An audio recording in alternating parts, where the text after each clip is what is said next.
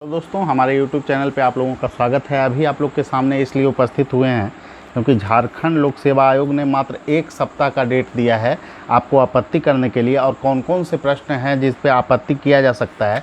एक महत्वपूर्ण प्रश्न चल रहा है, बहुत सारे यूट्यूबर जो है बता रहे हैं कि JPSC के द्वारा जो चेयरमैन सर बोले हैं कि 1 साल पहले क्वेश्चन छप गया था, इसीलिए उसी के आधार पर उत्तर हम मानेंगे। तो देखिए, JPSC एक संवैधानिक संस्था है। उस पद पे जो व्यक्ति बैठता है, जो अध्यक्ष चेयरमैन है, उसकी द्वारा दी गई कथन को जो है कि आप प्रमाणित नहीं माने।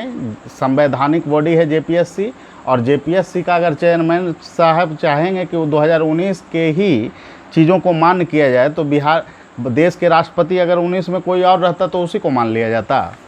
तो वर्तमान जो स्थिति है, जो तिथि में परीक्षा हुआ है, एक बार BPSC में भी ऐसे ही बातें हुई थी, तो जिसको लेकर विवाद गहरा गया था और पूछा गया था कि RBI के अध्यक्ष कौन है। और परीक्षा से 3 दिन पहले RBI के अध्यक्ष चेंज हुए थे, और उस प्रश्न में जो है आंसर को ई मानना पड़ा आयोग को। पहले आंसर कुछ और दिया, लेकिन उसके बाद चेंज करना पड़ा।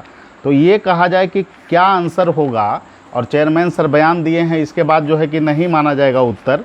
जैसे एक प्रश्न है आपका, मानवाधिकार आयोग के अध्यक्ष उस समय न्यायमूर्ति जो है कि HL दत्तू थे, लेकिन वो चेंज हुए हैं वर्तमान में। तो प्रश्न जब छपा उस समय थे, और जब परीक्षा की जो तिथि है उसको ही आधार माना जाएगा। सबसे बड़ी बात यह है। तो आप लोग कहीं से भी, विकिपीडिया से, अन्य स्रोतों से आप दे सकते हैं इसका प्रमाणित स्रोत। भारत के राष्ट्रीय मानवाधिकार आयोग के वर्तमान अध्यक्ष कौन है, और उनका प्रमाण के साथ आप दीजिए। निश्चित रूप से इसका उत्तर बदला जाना चाहिए, और बदला जाएगा, इसमें कोई दो मत नहीं है।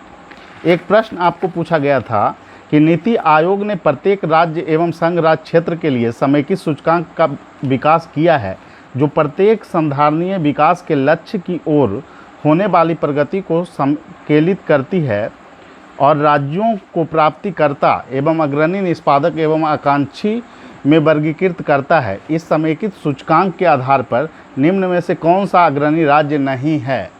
अब इसमें अग्रणी राज्यों की सूची में अगर देखें तो 19 में हिमाचल प्रदेश, केरला और तमिलनाडु शामिल था।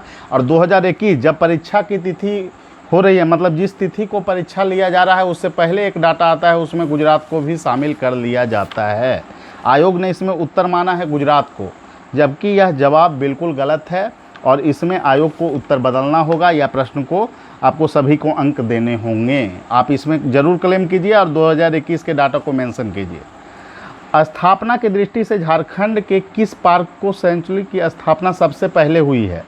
अब 1986 में हुआ है आपका गौतम बुद्धा सेंचुरी कोडरमा का।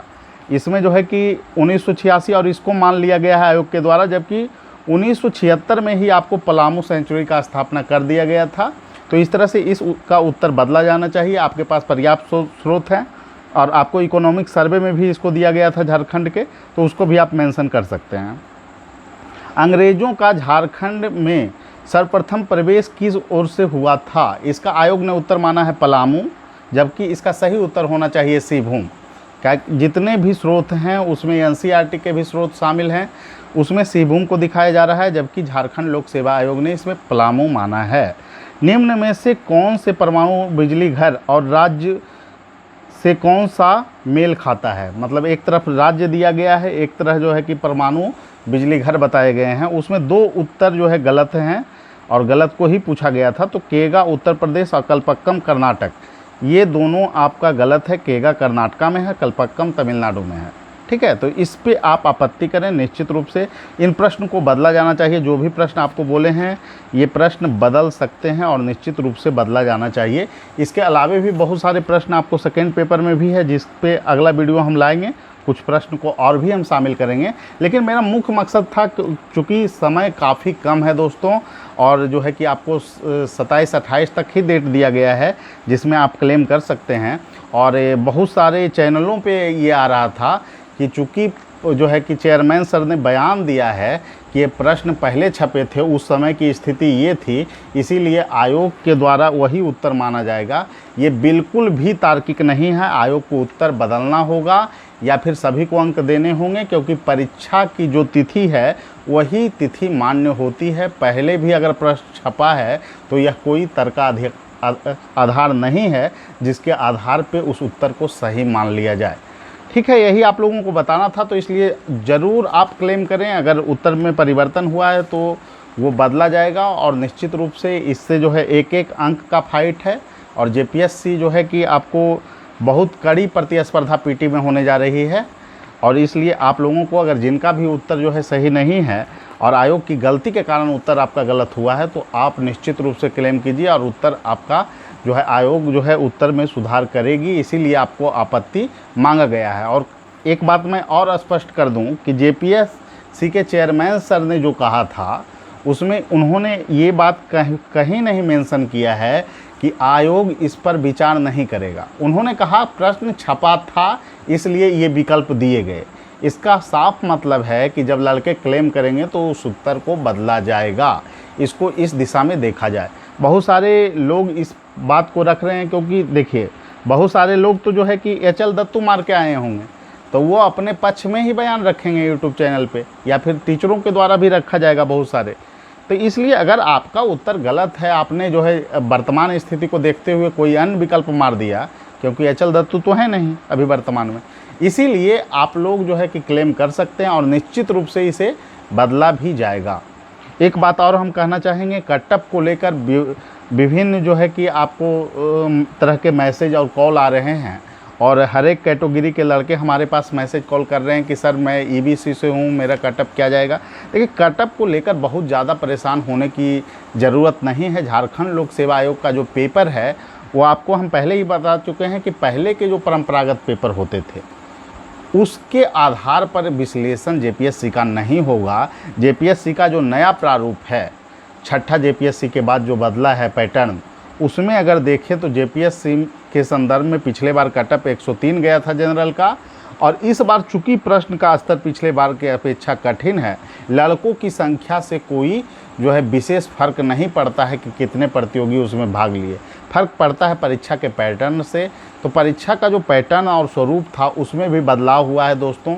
अगर फर्स्ट पेपर में देखा जाए तो लोक प्रशासन से कम 5 से 6 सवाल होने चाहिए, वहाँ पर 1 सवाल पूछा गया।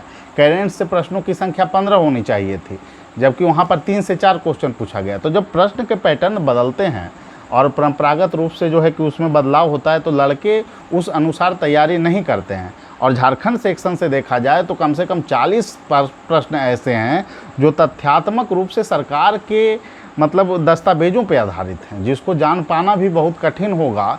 और हमारे समझ से कोई भी संस्थान में इन चीज़ों को नहीं पढ़ाया गया था। और आप लोगों को भी जैसा कि पता ही है कि जो है कि जो डाटा पूछे गए हैं वो बहुत चौंकाने वाले हैं, और सेकेंड पेपर में लोगों के स्कोर जो हैं 45 से जो 50 स्कोर है वो अच्छा माना जा रहा है। तो मैं एक बार पुनः यही सी बात को दोहरा रहा हूँ कि कटअप को लेकर बहुत ज़्यादा सोचने की ज़रूरत नहीं है।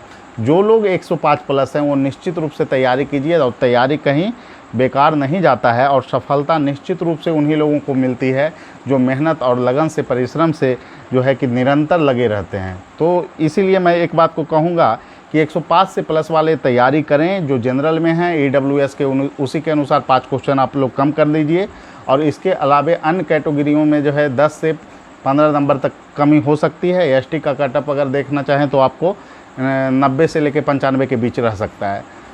ठीक है, फिर मिलेंगे अगले वीडियो में। इसीलिए आप लोग से रूबरू हो रहे थे कि बहुत सारे लोगों का ये चल रहा था कि चेयरमैन सर का बयान आया है, उसके बाद क्या उनके उत्तर को ही सही मान लिया जाएगा 2019 की स्थिति में।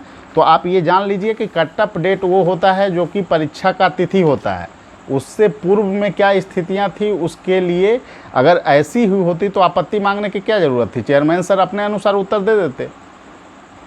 चेयरमैन सर का बयान कहीं से भी जो है कि आपके उत्तर को प्रभावित नहीं करेगा। जो निष्पक्ष रूप से उत्तर है वही आयोग को मानना होगा, क्योंकि संवैधानिक बॉडी है जेपीएससी, और जेपीएससी भी नियम कानून से बंधी हुई है। एक व्यक्ति के बयान या उत्तर दे देने से कोई व्यक्ति मान रहा है यही उत्तर होगा, उससे कोई प्रभाव नहीं पड़ता है।